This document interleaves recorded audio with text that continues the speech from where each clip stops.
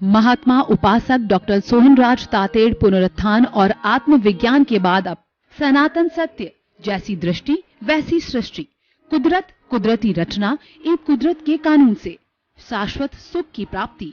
Log in करें www.drsohanrajtated.com, YouTube channel doctor Sohanraj Tated, play store से download करें mobile app doctor Sohanraj Tated. सनातन सत्य, इस कार्यक्रम को हम कुदरत, कुदरती रचना और कुदरत के कानून के अंतर्गत आपको सनातन सत्य देना चाहते हैं। हम सनातन सत्य क्यों देना चाहते हैं? ताकि कि आपको शाश्वत सुख की प्राप्ति हो, परमानेंट सुख मिले, ऐसा सुख मिले कि जिसके बाद के अंदर किसी तरह का दुख नहीं आए। इसीलिए हमने ये सनातन सत्य कार्यक्रम प्रारंभ किया है और इस कार्यक्रम को हम प्रतिदिन नए नए एपिसोड्स, नए नए विषय, नए नए चिंतन के माध्यम से प्रस्तुत करते हैं। तो आज का हमारा बहुत ही सुंदर विषय है चार्ज डिस्चार्ज। देखिए, आपने अपने मोबाइल की बैटरी को देखा होगा, आपने अपने गाड़ी की बैटरी को देखा होगा, और जहाँ बड़े बड़े जनरेटर्स होते हैं वहाँ बैटरियाँ लगी हुई होती है, और जो रेलवे का इंजन होता है उसमें भी बड़ी बड़ी बैटरियाँ होती है। हमारे घर में लाइट का अल्टरनेट अरेंजमेंट होता है, उसमें भी बैटरी होती है। उस बैटरी के अंदर चार्ज और डिस्चार्ज होता है, और हर डीसी करंट के अंदर, बैटरी के अंदर एक पॉजिटिव होता है, एक नेगेटिव होता है। दोनों जुड़े रहते हैं जब करंट पैदा होती है और वो बैटरी चार्ज होती है। बैटरी चार्ज होने का मतलब है उसके भीतर केमिकल एनालिसिस होकर के और जो उसमें एक एनर्जी स्टोर हो जाती है। एनर्जी के स्टोर होने को हम चार्ज कहते हैं। और जब वो चार्जिंग प्लग हटा दिया जाता है और उस बैटरी को विभिन्न विभिन्न कार्यों के लिए उपयोग के अंदर लिया जाता, तो बैटरी धीरे धीरे डिस्चार्ज होकर के, आपने कभी देखा होगा कि 100% चार्ज किया हुआ धीरे धीरे धीरे वो जो है वो 1 या 0% पर आ जाता है। क्योंकि जब चार्ज हट जाता है तो वह डिस्चार्ज बन जाता है। तो ये प्रक्रिया भी हमारे जीवन के अंदर चलती रहती है। तो चार्ज और डिस्चार्ज करने वाली जो हमारा कार्बन शरीर है उसको हम प्रतिष्ठित आत्मा भी कहते हैं, क्योंकि इस शरीर के अंदर, मूल स्वरूप के अंदर हमारी जो आत्मा विराजमान है वह तो अक्रिया है, वह कोई भी कार्य नहीं करती है। उसकी मात्र प्रेजेंस होती है, उसकी प्रेजेंस से ही ये सारी बात होती है। उसके प्रेजेंस से ही मैं बोल रहा हूँ, बात कर रहा हूँ, उसकी प्रेजेंस से आप सुन रहे हैं। यानी अगर मूल आत्मा की प्रेजेंस न हो तो कोई भी प्राणी किसी भी तरह की हरकत नहीं करता है और वह मुर्दा कहलाता है। अब देखिए कि जब बच्चे का जन्म होता है तो जन्म होते ही जो है ये हमारा जो पिछले जन्म के अंदर हम चार्ज करके लाए थे बैटरी को, यानी चार्ज करने को दार्शनिक भाषा में, सनातन सत्य की भाषा के अंदर कहा जाता है कि भाव कर्म का होना, भावों का डालना। जो कुछ भी हमारे जीवन के अंदर घटित हो रहा है, सुख आ रहा है, दुख आ रहा है, लड़ाई है, झगड़ा है, यानी मन वचन काया की जो भी क्रिया चल रही है वो तो भुगतान है। लेकिन जो कुछ भी चल रहा है, जो कुछ भी हो रहा है, उसके होने के साथ के अंदर हम कोई प्रतिक्रिया करते या न करते, मुख्य बात जो टर्निंग पॉइंट है, जो जंक्शन पॉइंट है, जो समझने का है, जो जीवन निर्माण का काम है, जो चरित्र निर्माण का काम ये है कि भुगतान आपकी लायबिलिटी है, उसमें आपकी स्वतंत्रता है और उसको आप रोक नहीं सकते, उसको बदल नहीं सकते। आपके हाथ में क्या है? आपके हाथ में ये है कि जो कुछ चल रहा है उसके साथ जुड़ो मत। मैं आपको उदाहरण देता हूँ कि दो जो गुट है आपस के अंदर तू मैं कर रहा है, और आप जो है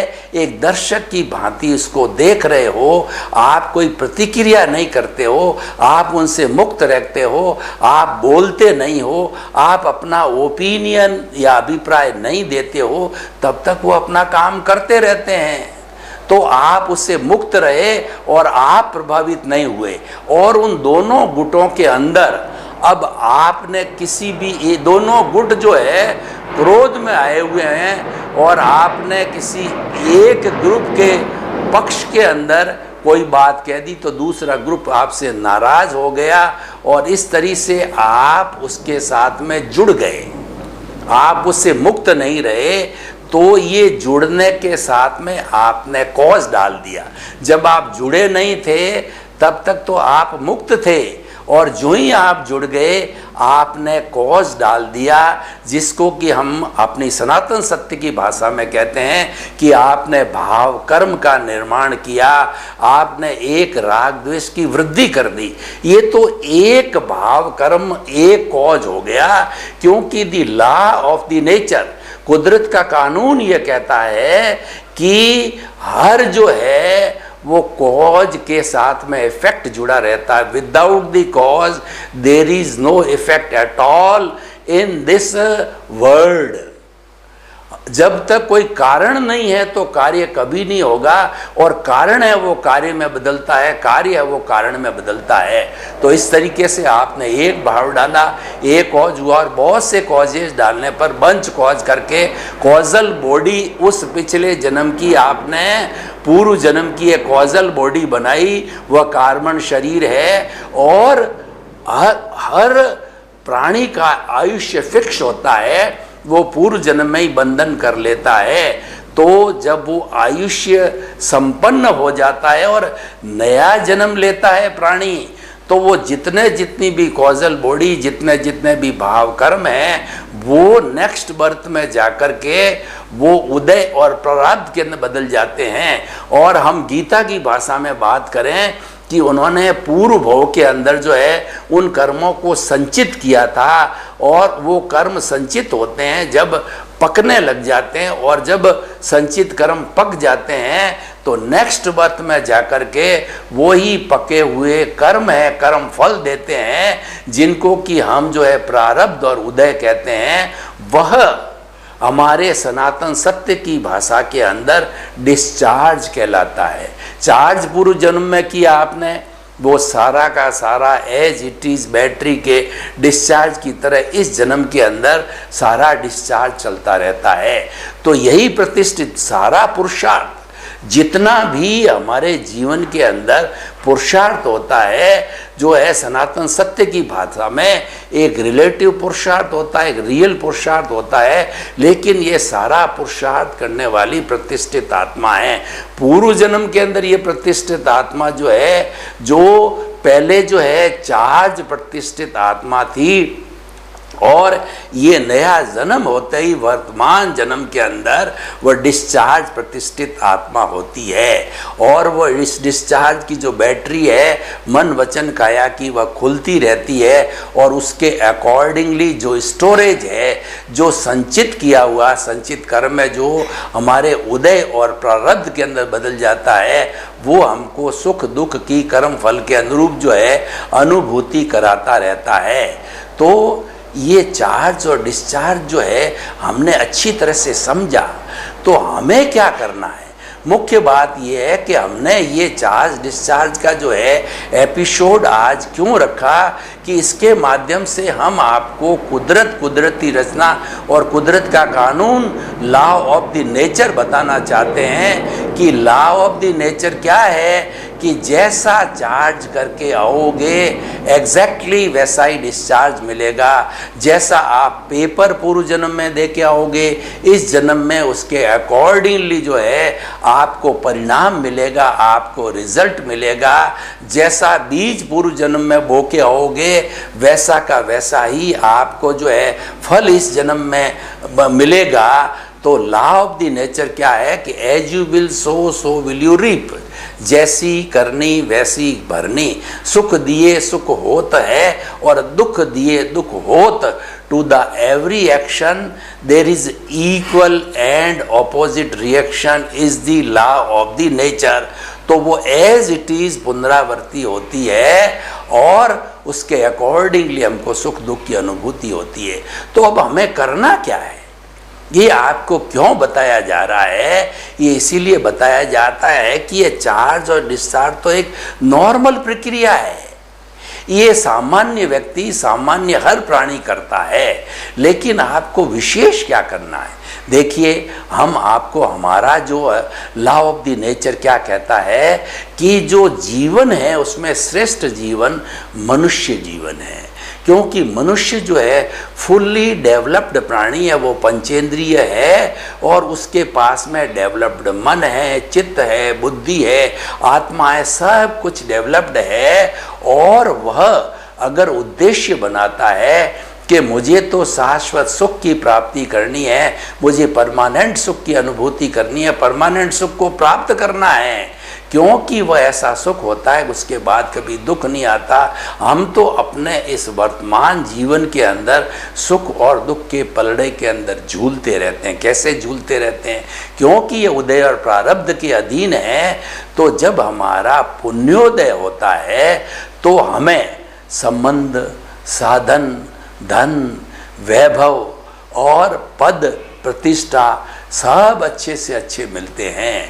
लेकिन इसी जन्म के अंदर हमारा पुण्योदय जब समाप्त हुआ और पापोदय प्रारंभ हुआ, क्योंकि हमने पुण्य और पाप के कॉज डाले थे, तो पापोदय होने पर जो है हमारी इंसल्ट होती है, कई बार व्यक्ति को जेल में डाल दिया जाता है। आप देखते हो कि कई ऐसे प्रकरण होता है जिसके अंदर कि व्यक्ति लंबे समय तक जेल में रहता है, और कई ऐसे प्रकरण होते हैं कि व्यक्ति जो है कितना ही जुर्म करे लेकिन वह जेल नहीं जाता है, क्योंकि उसका पुण्य प्रबल है।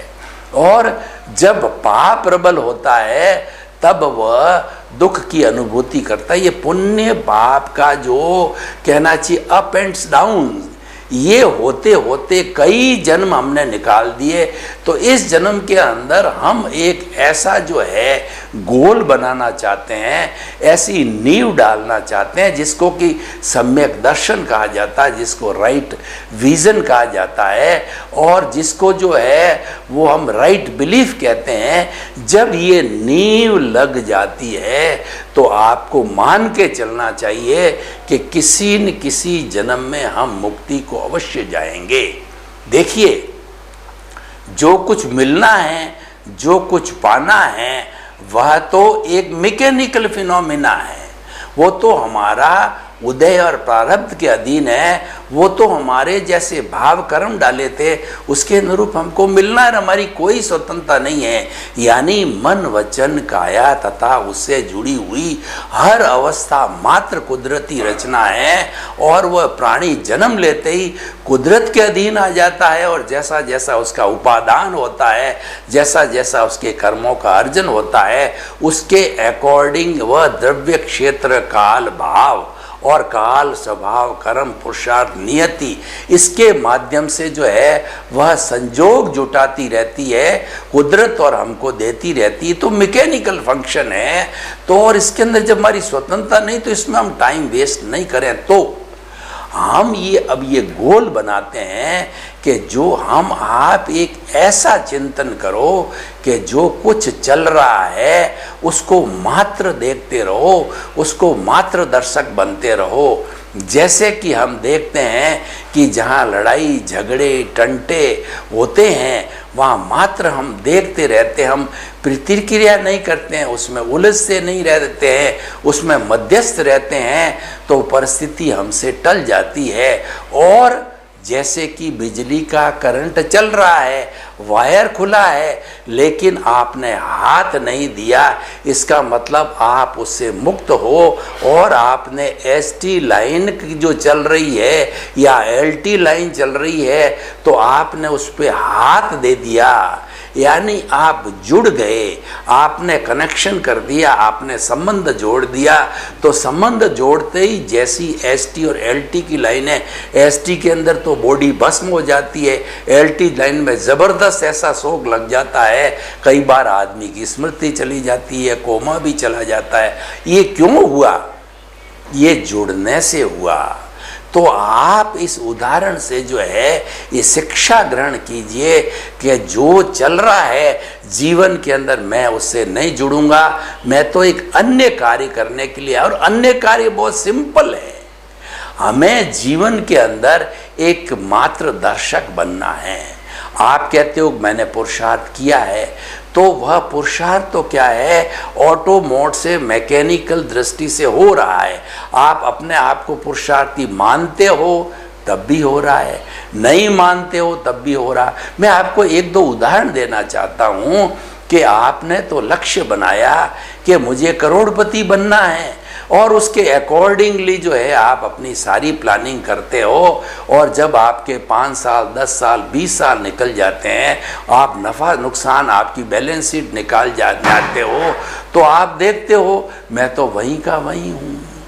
व्यक्ति कई बार जीवन के अंदर बहुत परिश्रम करता है, लेकिन वो कोलू का बैल बना रहता है। कोलू का बैल जो है खूब चक्कर लगाता है, घाणी के इर्द गिर्द के अंदर उसकी आंखों के पट्टा बांध दिया जाता है ताकि वो उसको चक्कर नहीं आए, लेकिन खूब दिन भर घूमते घूमते जब उसके आंखों से पट्टी हटाई जाती है तो वो देखता है मैं तो जहाँ मुझे बांधा गया था वहीं का वहीं खड़ा हूँ। तो ये जो है सारा मैकेनिकल होता है। आप खुद जीवन में देखते हो कई बार परिश्रम करने से हमारे चाहे हुए से कुछ नहीं होता है, लेकिन आप मान लेते हो कि मैंने पुरुषार्थ किया, वो आपका पुण्य था और आप कह रहे हो मैं अच्छा बना। वो पाप था कि आप कह रहे हो कि मेरे जो है वो मेरे कर्म बुरे हैं इसीलिए मुझे भगवान को दोष देते हो, क्या किसी देवी देवता को दोष देते हो, किसी जादू टोने को दोष देते हो, उसने मैं ऐसा करा दिया। लेकिन वास्तव के अंदर वो प्रारब्ध और पुण्य के अधीन होता है। तो हमारे इस जो एपिसोड का चार्ज डिस्चार्ज का निष्कर्ष ये कि ये तो कॉमन फिनोमिना है, ये तो चलता रहेगा। आप चार्ज और डिस्चार्ज से ऊपर उठो, आप तो जो है वो एक ज्ञाता दृष्टा बने रहो। जो कुछ भी जीवन के अंदर घटित होता है उसको देखते रहो। देखते रहने का अर्थ ये नहीं है कि आप जाकर के सो जाओ, कुछ काम मत करो। तो काम तो आप करते रहो, जो कुछ भी आपने सोच रखा है सुबह से शाम तक जीवन भर वो आप करते रहो। और करते रहो नहीं, वो तो करना ही पड़ेगा आपको, उसमें आपकी स्वतंत्रता नहीं है जब, लेकिन आप उससे मुक्त रहोगे तो मुक्त रहने से कोई तरह की अशांति नहीं होगी। और ये मुक्त रहना ही रियल पुरुषार्थ है। बहुत छोटी बात है पर बहुत इम्पोर्टेंट बात है। तो मैं सनातन सत्य के माध्यम से जो है आपको जो है वो यूनिवर्सल ट्रुथ बताता हूँ, सार्वभौम सत्य बताता हूँ आपको, जो है वो ultimate reality of the Cosmos, ultimate reality of the ब्रह्मांड बताना चाहता हूँ कि आप जो कुछ भी मन वचन काया की क्रिया कर रहे हो करते रहो, पर उसके अंदर मुक्तता बने रहो। और उसके अंदर आप अपने आप को मत जोड़ो कि यह कार्य मैंने किया है, यह कार्य तो आपके कर्मों ने कराया है, ये आपके प्रारब्ध और उदय ने कराया है, ये आपके पूर्वकृत पुण्य और पाप ने कराया हुआ है, ये जो आप लेके आए हो उसने कराया। और फिर भी आप कहते हो कि नहीं मैंने किया, मैं बड़ा व्यक्ति बना, मैं कुबेरपति बना, मैं विद्वान बना, और जो मेरा धन मेरा दौलत मेरा परिवार यानी मैं और मेरा का जितना संबंध है उसके अंदर आप ऑनरशिप करते हो, आप डूअरशिप करते हो। और उसके अंदर कोई बुरा हो जाता है तो आप ब्लेम और क्लेम करते हो, इस व्यक्ति ने मेरा बुरा किया। अरे वो तो आपका निमित्त मात्र है, उसको तो कुदरत ने लाके आपके सामने खड़ा किया है और आपने पूर्व जन्म के अंदर इसके साथ यही व्यवहार किया था।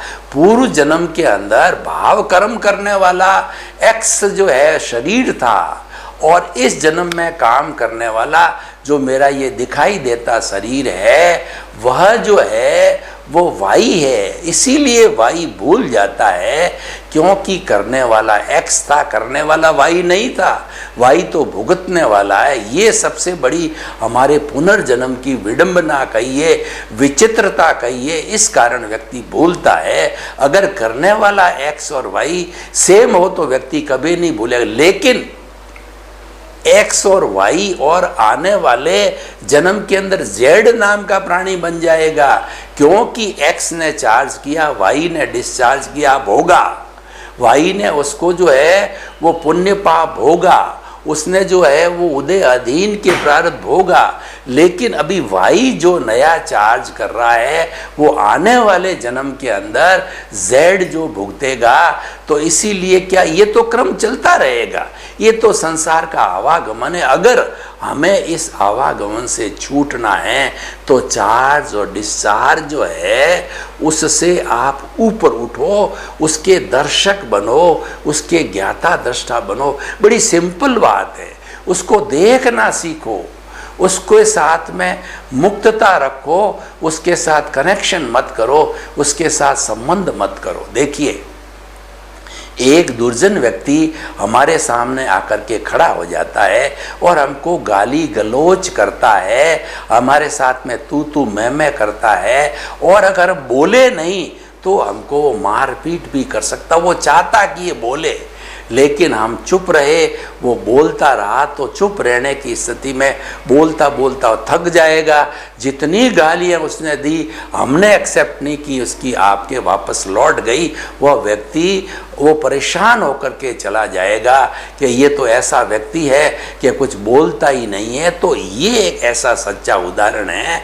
हमें जो चल रहा है उसके साथ मुक्त रहना है, उसके मुक्त रहने से जो है हम मुक्ति को जाने जाएंगे। और मुक्त रहने के साथ में हमको चिंतन करना है कि मन वचन काया से जुड़ी हुई हर अवस्था मात्र कुदरती रचना है और मैं तो इससे अलग मुक्त आत्मा हूँ। तो आप सभी के प्रति मंगल भावना, शुभ कामना। सर्वे भवन्तु सुखिनः, सर्वे सन्तु निरामया। लोक के सब समस्त 84 लाख जीवा योनि प्राणियों का मंगल हो, सुख हो, शांति हो, आनंद हो, और वो स्नेह सनातन सत्य और कुदरती रचना, कुदरत के कानून को प्राप्त करके वो मुक्ति की और वो ब्लिस को प्राप्त हो, वो परमानेंट सुख को प्राप्त हो। आपके प्रति मंगल भाव। महात्मा उपासक डॉक्टर सोहनराज तातेड़ पुनरुत्थान और आत्मविज्ञान के बाद अब सनातन सत्य, जैसी दृष्टि वैसी सृष्टि, कुदरत, कुदरती रचना, एक कुदरत के कानून से शाश्वत सुख की प्राप्ति। लॉग इन करें www.drsohanrajtated.com। YouTube channel doctor Sohanraj Tated. Play store से डाउनलोड करें mobile app doctor Sohanraj Tated.